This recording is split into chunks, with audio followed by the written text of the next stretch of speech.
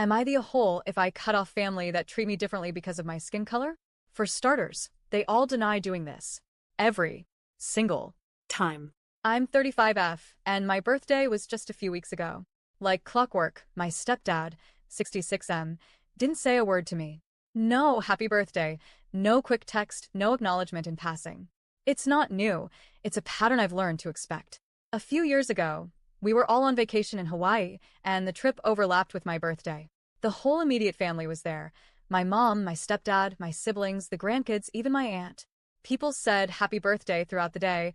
We went out for a nice dinner, and it was actually a pleasant day, except for the fact that my stepdad sat there through the entire celebration like it wasn't happening. He ate the food, he joined the conversation, but didn't once acknowledge that I was another year older. My stepsister, 39F, and her husband didn't even bother to show up to that dinner, though they did send their kids, but at least they had the decency to send a happy birthday message. My stepdad? Nothing. Yesterday, my mom, 55F, casually asked me, "Did your stepdad wish you a happy birthday?" I just said no. Her response? "He's a jerk," followed by her going right back to tapping away at a game on her phone. That was it. No follow-up. No conversation. I finally said, this isn't the first year he's ignored my birthday. Honestly, I wish you'd stop expecting me to call him Dad. He's your husband, not my father, and that title isn't automatic. She didn't even look up when she replied, "I never knew he ignored your birthday in the past." That's the line I've been hearing for years. I never knew about that. Anytime I bring up something, whether it's my own experience or something a cousin or aunt has noticed, she brushes it off with that phrase. And maybe she thinks that makes her sound neutral, but to me it's just another way of saying she doesn't care enough to notice. Here's the part that really matters. I'm mixed race. Half black, half white. My mom, stepdad, siblings, and the rest of the family I actually grew up with, all white. I've barely met my black side of the family, maybe a handful of times in my entire life. So my entire frame of reference for family has been my white relatives in Indiana. Skin color has never been a big deal to me personally, but it has always been a big deal to them. Not in the overt, hood and torch kind of way, but in the way that seeps into jokes, observations, and selective treatment.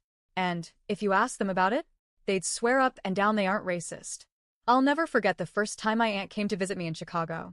I live in a predominantly Jewish neighborhood, and the very first words out of her mouth were, "Oh, look at all of the white people walking around. This is a safe neighborhood." She said it like it was a compliment. There have been smaller moments, too, ones that don't feel small when you stack them up. Like the time I walked into the living room to see my stepdad and stepsister hunched over a laptop, laughing so hard they were wiping tears from their eyes. I asked, "What's so funny?"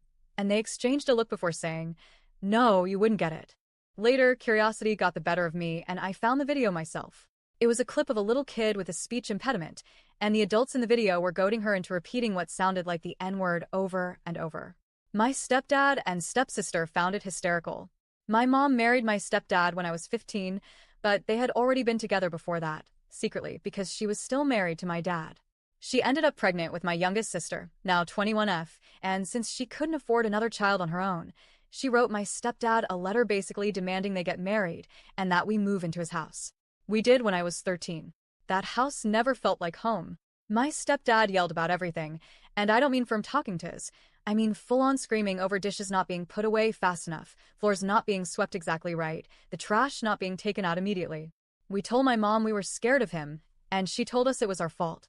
Even extended family members noticed his temper, but when they brought it up, he'd just say, "That's not yelling."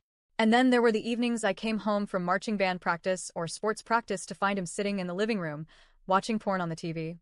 That was the only way into the house from the street, so I had to pass him to get to my room. My sisters and I all became bedroom kids after moving there, the kind who retreat to their rooms the second they're home, only emerging when absolutely necessary. We stayed that way until we left for college. Despite all this, my sisters and I are expected to treat him like a father. Gifts for Christmas, Father's Day, his birthday. I've bought him and my mom Chicago Blackhawks tickets, White Sox packages, expensive gifts. In return, he wishes everyone else in the family a happy birthday, even my cousins and nieces, but never me. My mom's favorite defense against any accusation of racism is, "I can't be racist, I have a black ex-husband and a black daughter." But she's never once stood up for me when I've been on the receiving end of racist behavior, not from strangers, not from coworkers, and certainly not from our relatives. She just says, I never knew about that. And moves on. Even my white brother-in-law has gotten in on it. He once referred to me as Mammy to my nieces while I was babysitting them. I remember standing there, frozen, wondering if anyone else was going to say something. No one did. I'm exhausted. Exhausted from being treated differently. Exhausted from the gaslighting when I bring it up. Exhausted from carrying the weight of a family who insists they love me while making it abundantly clear I'm mother. I want better. I want relationships where I don't have to brace myself for the next cutting comment or casual dismissal. But every time I think about stepping back, I hear the same tired line from other people. You only get one family. What they don't understand is that sometimes that one family does more harm than good. So, would I be the whole if I finally cut ties?